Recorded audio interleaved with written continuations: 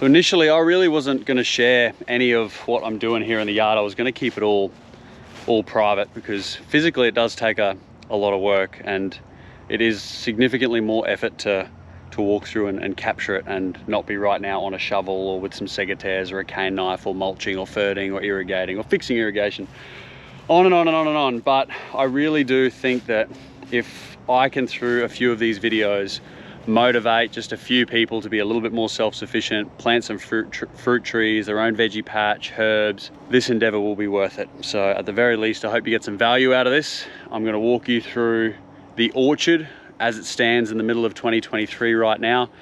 It is changing rapidly.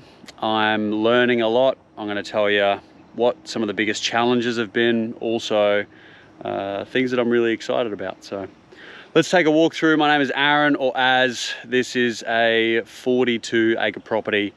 Some of it is cattle. We've got water buffalo, we've got chickens, we've got ducks, we've got a cafe called The Pocket here in Alarish in North Queensland, Australia. It's about an hour and a half south of Cairns. And if you're new to this channel, it's all about being a little bit more self-sufficient. And well, the ideal goal here is to be completely self-sufficient. Hunt, grow, catch, forage for our own meat, and grow all our own produce, fruit, veg here on site, which, you know, it's a very tropical environment. Most of it's going to be exotics, tropical. I'm just sort of making it up as I go. I'm passionate about it. I'm dedicating a pretty significant amount of time to it, but it's definitely not a complaint. I'm enjoying the ride, and I hope you do too. Let's take a walk. So if you're new to this channel, here is the 3 initial rows that we planted. Here they are, geez, they'd be close to 2 years old, not quite, maybe 18 to 22 months. I got durian all in this row, different types, seedling and grafted. I've got chilies, I had bananas, but they seem to take over. I've got wandering dew, which is incredibly invasive. If anyone's got any tips to control that, let me know. I've been putting coffee and potato bags down to try and smother some of the weeds, which is working to an extent. You'll also see I've got high density wires. I'm trellising all of these trees in the event that we get a cyclone, because here you get some really strong winds at certain times of the year, and it would crush and destroy a bit of my soul waiting 6 to 10 years to get fruit on these trees, and then them cracking over with a cyclone. And I know that there's people that's going to watch this video who have experienced that. Big love out to you. Got the durian row, got a jackfruit and chempedak row on the other side. And yeah, the idea is to be syntropic. So not just having the tree crop, but also plants, veggies, herbs in amongst. So you'll see here that's ginger, which I'm having in my teas every morning. I've got all sorts of mints and basils, and this is a grafted durian, and a pawpaw, which was 2 years old. I cut out the top, and now it's reshooting. So I need to feed that with a significant amount of fert. Here's a durian tree that's looking a little bit sick. Any agronomists out there, what is it deficient in? And I've got a marcotte on here trying to marcotte the durian, which is still hanging in there. We're in the middle of winter at the moment, if you could call it a winter. It doesn't come under 15 degrees Celsius. The durians do not like it. I got a really nice variety of chili here, which at the moment, I did a really big pick of the chilies yesterday. I'm cutting them all up. I'm dehydrating them on a low heat for close to 15, 16 hours, getting them crispy, putting them through a food processor, and then making chili powder that you can make whatever out of. This durian is looking real good. I've been throwing fish frames on this one, and it's doing significantly better than a lot of others. That there, if you can see, is a barramundi head, which is a great eating fish, and it tasted very good. Got here the chempedak row, which is pumping, or chempedaks and the jackfruits. And this year I'll have first year of getting some jackfruits off them, which is super exciting. So stay tuned for hopefully some super tasty jackfruits. Yeah, got pineapples and galangal and a mulberry here, which doesn't seem to be amounting to much. It may end up volunteering for mulch patrol. But yeah, jackfruit's looking good. Got a lot of flowers, mainly male flowers, getting thrown out. It smells amazing, I can smell sensational under here. So hopefully we end up getting some quality fruit set. Greenhouse, really slows down this time of the year, but I've just been trying to keep the blood and bone and the K-Tech, which is like a chicken shit pellets, up to it, just to keep those roots a little bit nourished. This is a jackfruit here, which is loaded, absolutely loaded. 4 or 5 really big ones on, and then another good amount coming. So I'm just trying to keep the organic matter and fert up to that. I'm going to fert it and then mulch it, and then fingers crossed we get some really nice fruit off that one. Well, that sun's come out now. It's beautiful. It's been raining for the best part of the last 5 months. If anyone lives in North Queensland in Australia, you'll appreciate the reality of that. But these 7 rows here I got on this little section here, and I do say little because I did a measure of it the other day, and it's 1,200 square meters is this 7 rows. So I guess like a large house block, depending on, I know that's subjective, depending on where you live in the world. But yeah, these 7 rows, I've really tried to cram as much in as possible. And I think I'll have to double check with my brother Jack, but I really think that there's probably at least 50 different species of fruit planted here. And the whole idea of planting this out, not only, you know, be able to be self-sufficient and, you know, this is the grocery store, but at any point in the year, any week, you can walk through with a box and pick a really broad variety of different things to eat. So in this first row, the abiyus, which are like a cream caramel, they've got a golden outside, white flesh on the inside, black seed that you don't eat. Very tasty, like caramel vanilla sort of a setup. But I think we're going to get fruit at the end of this year. They're all maybe 14 months. I've intercropped these with heliconias and gingers, which initially I was unsure, but I'm a real big fan. Like, we're getting the beautiful flowers, which using in the house and also in the cafe, but most importantly, well, equally as importantly, mulch. So we're just cutting that out, using it as mulch, and it's keeping the weeds down and obviously building up the soil. So yeah, this row's doing really well and going to be one of the quickest to get some nice fruit off. This row here is doing pretty well. It's an annona row, so different types of annonas. So alamas, different types of custard apples, the soursop, a couple of different varieties of these. You can make tea, and a lot of cultures they swear by using both the fruit and the leaves as, you know, some form of an anti-cancer, or meant to be super healthy for you. So that, I'd say we're going to have fruit. We've had a couple of flowers. The soursops generally will throw a few flowers in the first year and not set, but yeah, I'm hoping, oh, there's a couple of big ones at the top there, come out and hand pollinate, or I'm thinking about getting some bees. Intercrop this with gingers, turmerics and chilies mainly, and then 1 rogue banana that's left in the middle. I've got the rambutan row, it's finally taken off. I'm a really big fan of this here. It's called beetle leaf, and the beetle leaf can be used for sanchoy bao, so like put your ceviche or your meat in the middle of it, or just chop it up fine and add it to your salad. But it's really, really tasty. I'm a big fan of it, and it's a great ground cover crop, and nothing seems to be eating it. Rambutans are going good.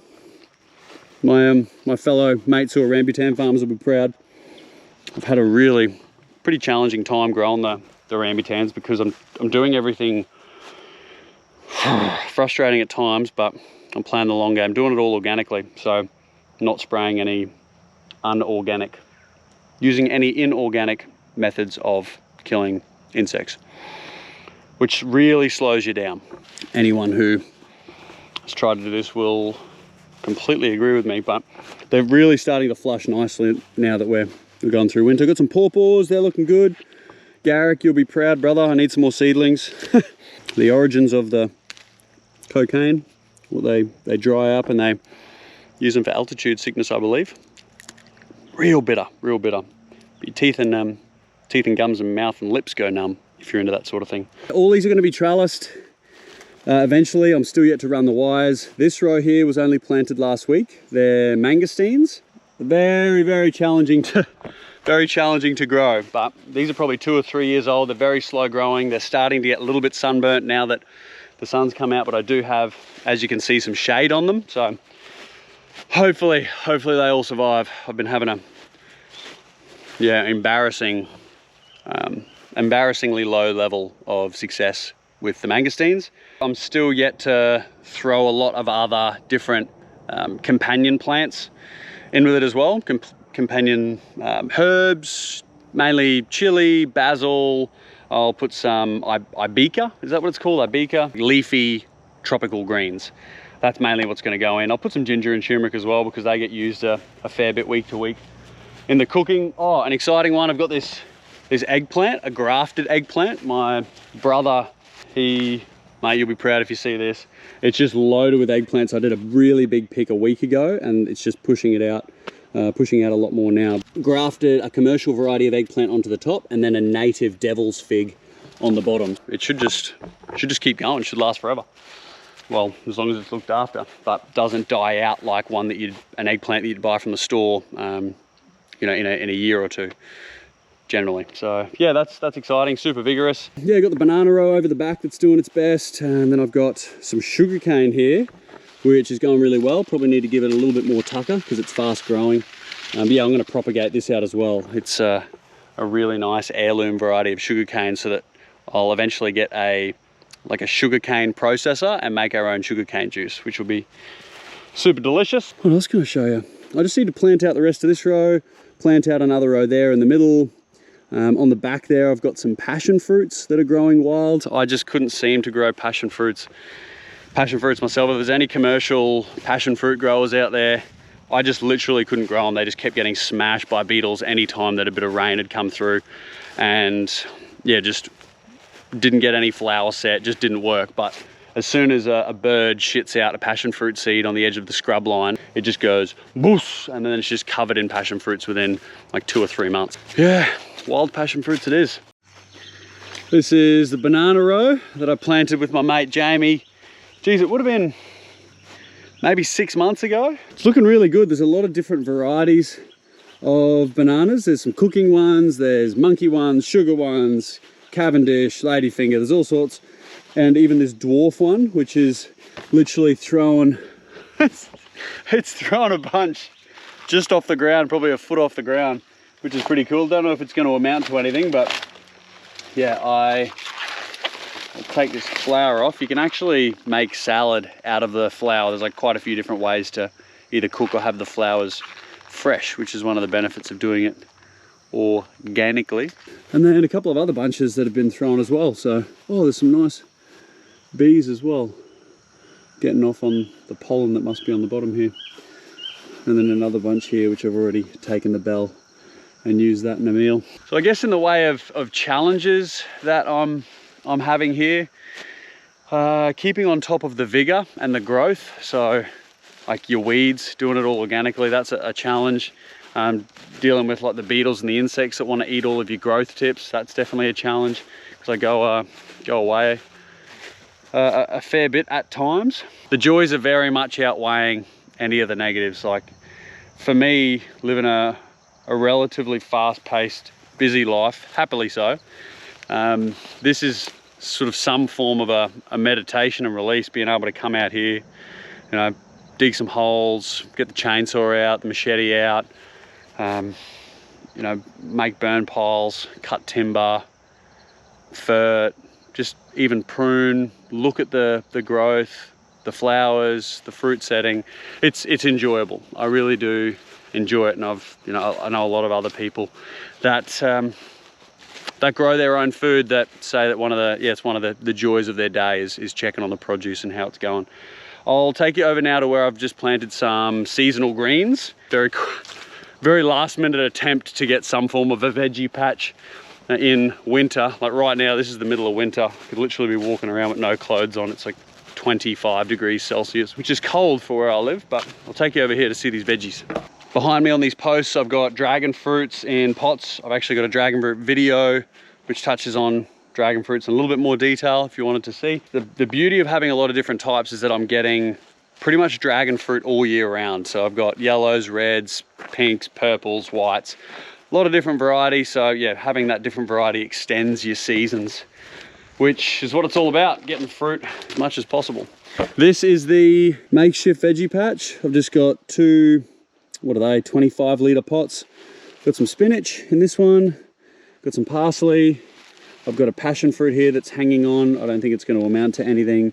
I've got some snake beans. I've got some eggplant here. have a go at that. It's throwing fruit already. Yeah, just some other leafy greens, some lettuce. Will be enough for home consumption, I'd say, in the next week.